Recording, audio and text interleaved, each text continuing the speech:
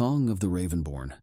Corva prowled the jagged mountain crest, her obsidian feathers thrashing in the fierce winds of the stormy sky. A hybrid creature born from a warrior queen and a raven god in a time long past, she was a force to be reckoned with. Her mismatched eyes, one burning crimson and the other an abyss of darkness, scanned the darkened valley below with an instinctual sense of danger.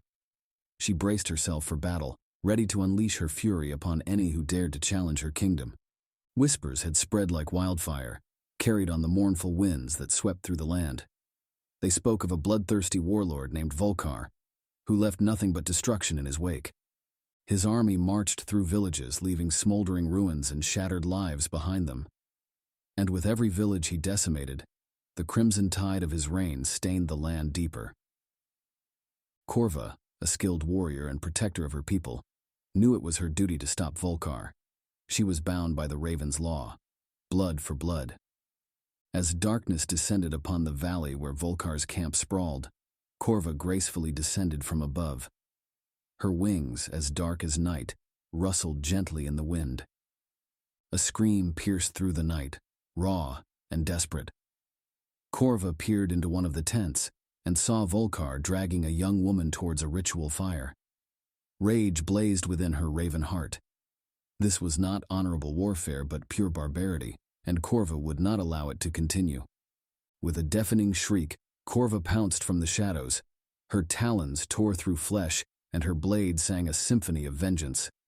One by one, Volkar's men fell before her like wheat before a scythe, their screams drowned out by the song on Corva's lips. But Volkar, fueled by dark magic and consumed by rage, proved to be a formidable opponent. His axe crackled with energy from fallen souls and clashed against Corva's ebony blade with sparks flying like fiery tears. Volkar was strong and vicious, but Corva danced around him, a whirlwind of feathers and fury. In this storm of battle, only one could emerge victorious. Clashes of metal and screams of agony filled the air as Volkar and Corva fought amid the camp engulfed in flames. The stench of burning flesh mixed with the coppery tang of blood. Volkar swung his massive axe with wild abandon, while Corva moved gracefully like a bird riding the wind, deflecting each blow. A sudden shift in the ground beneath her feet loosened stones, causing Corva to stumble. In that moment of vulnerability, Volkar saw an opportunity and thrust a knife into her back. The pain was unbearable, stealing her breath and sending her crashing to the ground. The hilt of the blade protruded from her spine, and she reached out desperately, attempting to pull it out. As she lay on the ground, struggling for breath, Volkar loomed over her with a look of cruel triumph on his face. He sneered at her defiance and declared that death was the fate of those who dared to defy him. Something within Corva stirred.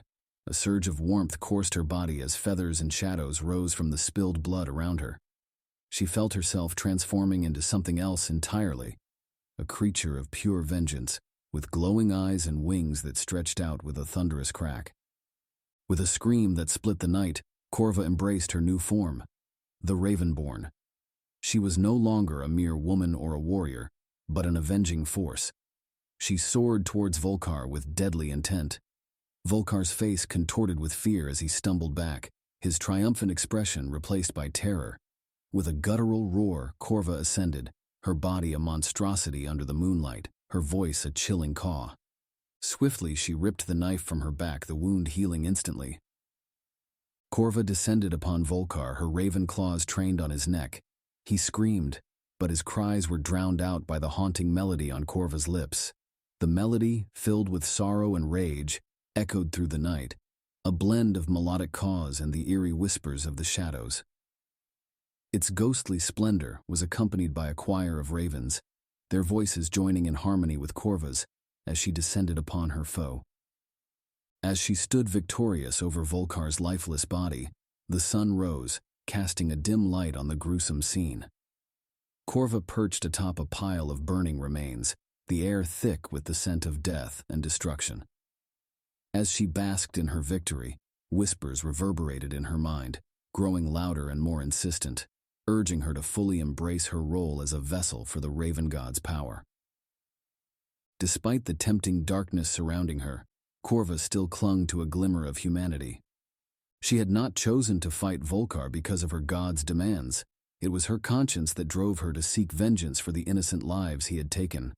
And as she felt the Raven god's hunger clawing at her soul, Corva was aware that her biggest threat was not from any external enemies, but from the internal battle within herself. With a gut-wrenching effort, Corva tore herself from the burning pyre, her screams echoing through the dawn. Her body transformed into that of a raven. The weight of her new form weighed heavy on her wings as she took flight in the sky. Below, the valley lay in ruins, charred and smoldering from the god's wrath. Corva refused to dwell on the destruction. She had a mission, a desperate quest to break free from the Raven god's control and reclaim her human form. Legend spoke of a hidden sanctuary, nestled within the treacherous eye of the world, where magic flowed freely and whispers of a rebellion against the gods persisted. The journey was treacherous and unforgiving, with icy winds and piercing blizzards. The god's minions, monstrous shadows born from his cruelty, lurked at every turn, testing her determination. Time slipped away as Corva trudged forward, the sun just a dim glimmer in the never-ending storm. Doubt gnawed at her mind, tempting her with promises of an easy end if she just gave in. But in the darkness, she found solace in memories of her human life, her mother's embrace, the bond with her lost sisters, and the laughter of a village long forgotten. The memories were delicate, like flames flickering in the grasp of a raven. But they gave her the determination to keep fighting, not just for herself, but for all of humanity. She believed in a future where gods didn't rule through violence and fear. Corva's body trembled with exhaustion as she trudged through the dense forest, her feet sinking into the damp, loamy earth with each heavy step. The air was thick and humid, causing sweat to trickle down her back and cling to her skin. The trees towered above her like ancient giants, their gnarled branches reaching out like grasping fingers. She heard the rustle of unseen creatures in the underbrush and the distant call of birds. Her tired eyes strained to make out any signs of a path or clearing ahead in the dim light filtering through the dense canopy. But for now, all she could do was push on, her determination driving her forward through the unforgiving terrain, urging her on toward her ultimate goal, the eye of the world. In time, she found herself in a hidden valley, bathed in an eerie twilight that emanated from a pulsating pool of silver in the center, ancient magic humming beneath its surface, beckoning her closer. As she reached out to touch the pool, a figure emerged from the shadows. It was Volcar, his body twisted and malformed by the Raven god's dark magic, a grotesque mockery of the man he once was. "You won't escape this, Ravenborn," Volcar rasped, his voice a chorus of tormented souls. "This valley, the power, belongs to the god." Fear gripped Corva as the raven within her cowered, urging her to surrender to Volcar and his master. But she remembered the screams of the innocent lives lost, the remains of her loved ones reduced to ashes on funeral pyres, and the faint whispers of hope carried by the howling storm. With a defiant roar that echoed through the valley, Corva charged towards Volcar. Steel clashed against shadow as they fought for dominance. Her sword was no longer wielded in blind vengeance, but with a fierce determination to fight for her soul and carve out a future where mortals could reign without the interference of gods. Her armor bore down on her shoulders, heavy with the weight of responsibility and purpose. Each step she took toward her destiny was a battle cry against fate and the powers that sought to control her. This was no longer just a warrior's quest. It was a woman's journey to defy the whims of divine beings and forge her path towards freedom. The battle raged on, each side drawing strength from their unique source of power. Corva refused to back down, channeling the energy of the storm and tapping into ancient magic. She fought with all her might, unwilling to let darkness prevail over the light. In the dim, fading light of twilight, Corva's fierce battle cry rang out like a clarion call, her sword glinting as it sliced through the air with deadly precision. She charged forward, her movements fluid and swift, determined to take down Volcar with every ounce of strength in her body. The sound of metal colliding reverberated throughout the forest, and with a single decisive blow she drove her sword into his chest, piercing his heart. As Volcar dissolved into particles of dust, Corva stood before the shimmering silver pool, panting and trembling. She studied her reflection, a fusion of female and raven representing the inner battle she had just endured. As Corva extended her hand toward the water, she suddenly realized that the raven god had not only manipulated Volcar, but also intertwined its dark influence within herself. She felt the transformation taking place, but it was far from complete. The raven's insatiable hunger still lingered within her. This was the ultimate test, not the battle with Volcar, but the internal struggle that raged within. Determined, Corva plunged her hand into the pool. Magic surged against her skin, tempting her with promises of surrender and unparalleled power. She resisted the tempting whispers of the god, astute, refusing to fall for its deceptive tactics. Corva let out a piercing cry that reverberated through the earth itself, and then plunged her head with its dark feathers into the water below. Pain coursed every fiber of her being as the magic ripped apart the darkness within her. She fought against it, screaming and flailing as both woman and raven battled for control. After a final surge of energy, Corva emerged triumphant from the pool. Her humanity intact, she stood tall and proud, no longer under the influence of the raven god's false promises. Although her struggles were ongoing, she remained confident in her decision to turn down the god's offer of escape. Corva spread her wings and took flight, feeling the wind beneath her feathers. No longer controlled by darkness, she was one with the raven within her. A symbiotic partnership between woman and beast. The temptations and ghosts that once whispered in her ear were nothing more than faint echoes. Her mission was evident: to protect the delicate balance between humanity and the environment, and to show that standing up against divine expectations and choosing one's path can lead to a brighter future. The world was desperate for a savior, one who wouldn't surrender to the demands of deities, but one who would rebel against them. With every flap of her midnight black wings, Corva sang out a battle cry, a promise that she would not succumb to the darkness, but instead wield it as a weapon in her fight for a better world. As she vanished into the boundless expanse of sky, Corva's raven's cry continued to echo, a resounding anthem of unwavering determination and resilience. Wings of Obsidian. On the grand stage of the Opera Garnier, Camille Dubois stood tall and regal, her voice soaring like a celestial tapestry woven with raw emotion. The audience sat in hushed awe, their eyes fixed on her as she sang, her tone captivating even the most hardened of hearts. Despite her successes and the admiration of her peers, Camille was haunted by a recurring nightmare, a monstrous raven with obsidian feathers and eyes that burned like hot coals. Its croaking voice echoed in the darkness of her dreams, promising unimaginable power and untold secrets. As she sang Ophelia's aria one fateful night, the nightmare bled into reality. The air seemed to shimmer and twist, and from the rafters above descended a raven unlike any she had ever seen, larger and more menacing than any creature of its kind. Its gaze was fixed on her, and as their eyes met, a jolt of energy shot through Camille. Her voice took on a new, chilling resonance, mesmerizing the audience who erupted into thunderous applause. But within Camille, a darkness began to stir, a hunger for something more than mere adulation. As she continued to sing, the raven watched from the shadows, its croaks becoming whispers in her mind. It promised her power beyond imagination, fueled by the souls of her enraptured listeners. Camille's once pure voice took on a ravenous edge, twisting melodies into macabre lullabies. The audience, initially entranced by her performance, began to feel uneasy, their faces pale and drawn.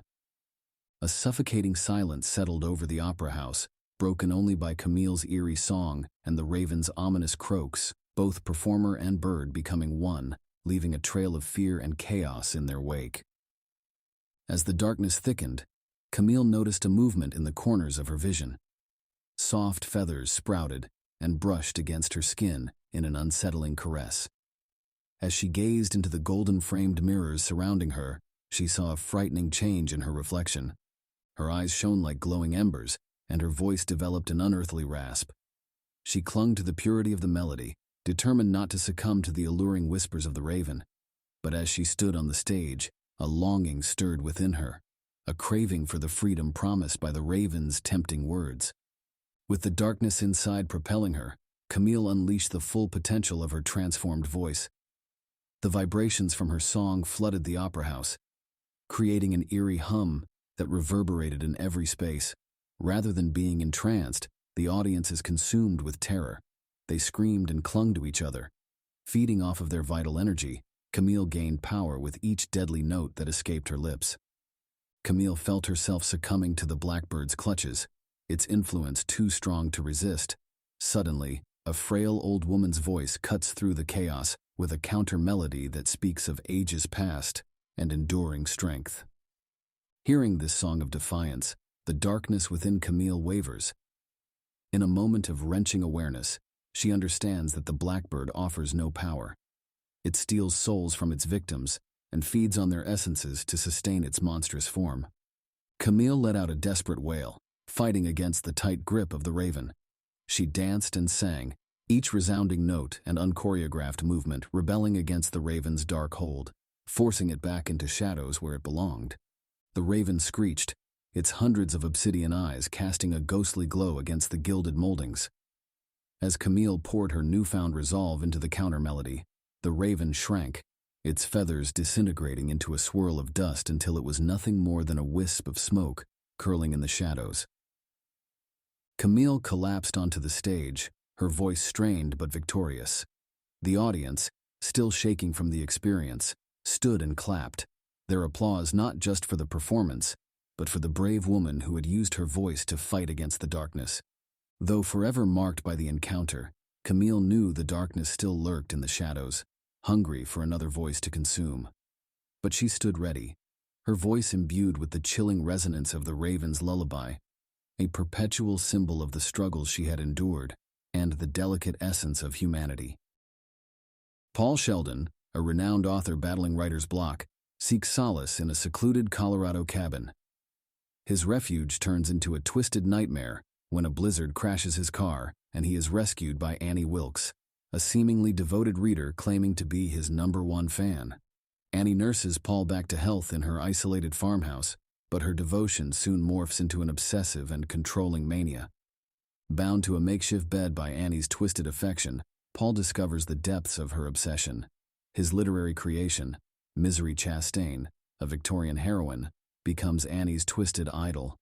Paul is forced to rewrite the character's fate according to Annie's whims, trapped in a prison of his own imagination and held captive by a deranged caretaker. As the snow continues to fall, isolating Paul from the outside world, Annie's grip tightens.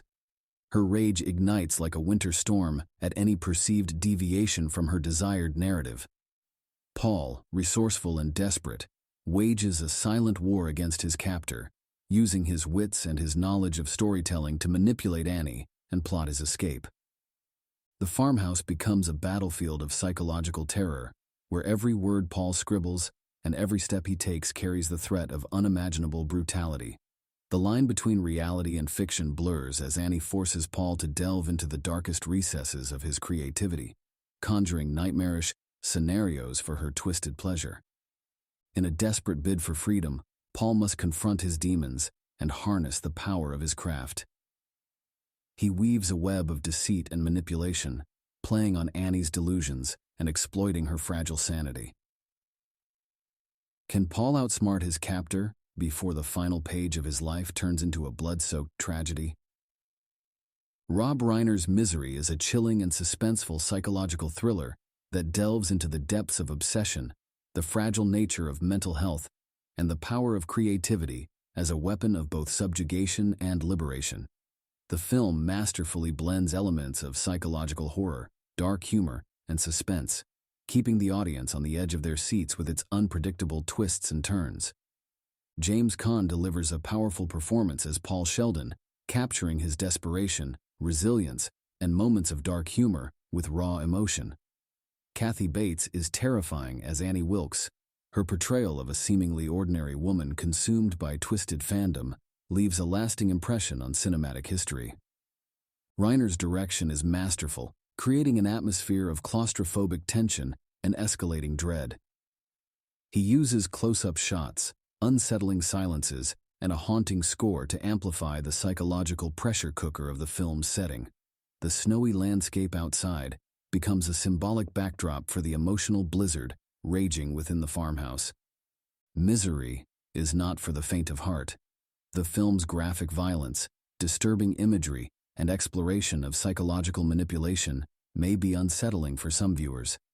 However, for those who appreciate a well-crafted horror film with unforgettable performances and a thought-provoking exploration of the dark side of obsession, Misery is a must-see. The film's enduring legacy lies in its ability to tap into our primal fear of being trapped and controlled.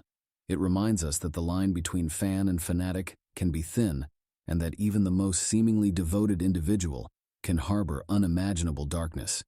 It also explores the transformative power of storytelling, showcasing how words can become both weapons and shields in the face of terror. The film was based on a novel of the same name by Stephen King.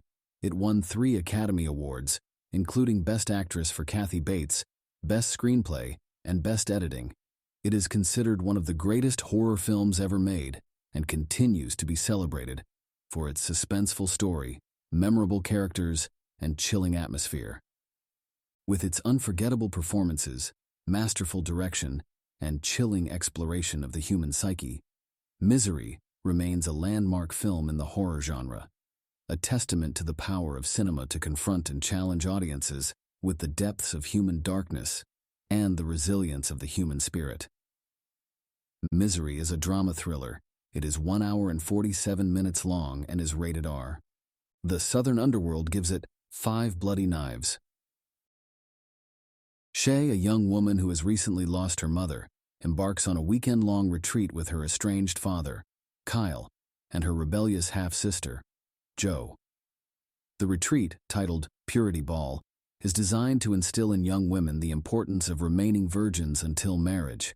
Shay, eager to connect with her father and embrace his newfound presence in her life, approaches the retreat with an open mind, while Jo, a free-spirited individual, harbors deep resentment towards the patriarchal and controlling nature of the event. The retreat is led by the charismatic and enigmatic Pastor Seth, who preaches a strict doctrine of purity and obedience. He portrays Lilith, the first wife of Adam, as a symbol of female lust and sin, contrasting her with Eve, who represents women's weakness and susceptibility to temptation. Shay and the other girls are subjected to a series of lectures, workshops, and activities, all aimed at reinforcing the importance of purity and female subservience. As the retreat progresses, Shay begins to question the validity of Pastor Seth's teachings. She observes his manipulative tactics and the double standards he applies to men and women. Jo, on the other hand, grows increasingly defiant, challenging Pastor Seth's authority and openly expressing her disdain for the retreat's oppressive atmosphere. Amidst the growing tension, Shay discovers a mysterious box in Pastor Seth's office. Inside, she finds evidence of his dark and twisted past, including a collection of photographs of young women who have met tragic ends. Shay realizes that the retreat is not what it seems, and that Pastor Seth harbors sinister intentions for the attendees. As the night of the Purity Ball approaches, Shay and Jo must decide whether to conform to the expectations of the retreat or stand up for their own beliefs and desires. The climactic event unfolds in a chilling and unexpected manner, exposing the true nature of Pastor Seth's power and the consequences of blindly following his teachings. Pure, Into the Dark is a captivating and thought-provoking film that tackles the complex themes of purity, female empowerment, and toxic masculinity. The film masterfully blends elements of psychological horror, social commentary, and coming-of-age drama, creating a compelling narrative that lingers long after the credits roll. Jacquara Smith delivers a powerful performance as Shay, portraying her journey of self-discovery and the challenges of navigating conflicting expectations. McKaylee Miller brings a rebellious and defiant edge to the role of Jo, highlighting the importance of questioning authority and embracing individuality.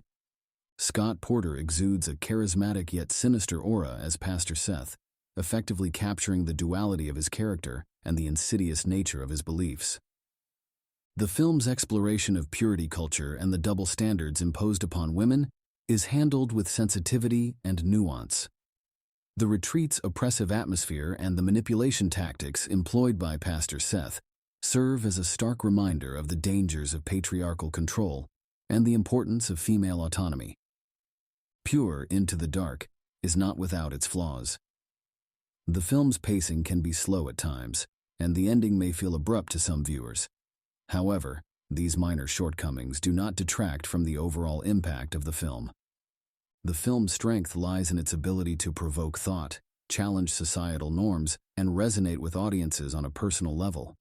Pure is a must-watch for anyone interested in exploring the complexities of gender roles, religious extremism, and the pursuit of personal freedom. It is a film that will stay with you long after you've seen it, prompting reflection and challenging your preconceived notions about purity, power, and the choices we make in life. Pure Into the Dark is 86 minutes long and is rated TV MA for sex and nudity and violence and gore. The Southern Underworld gives it 4 bloody knives,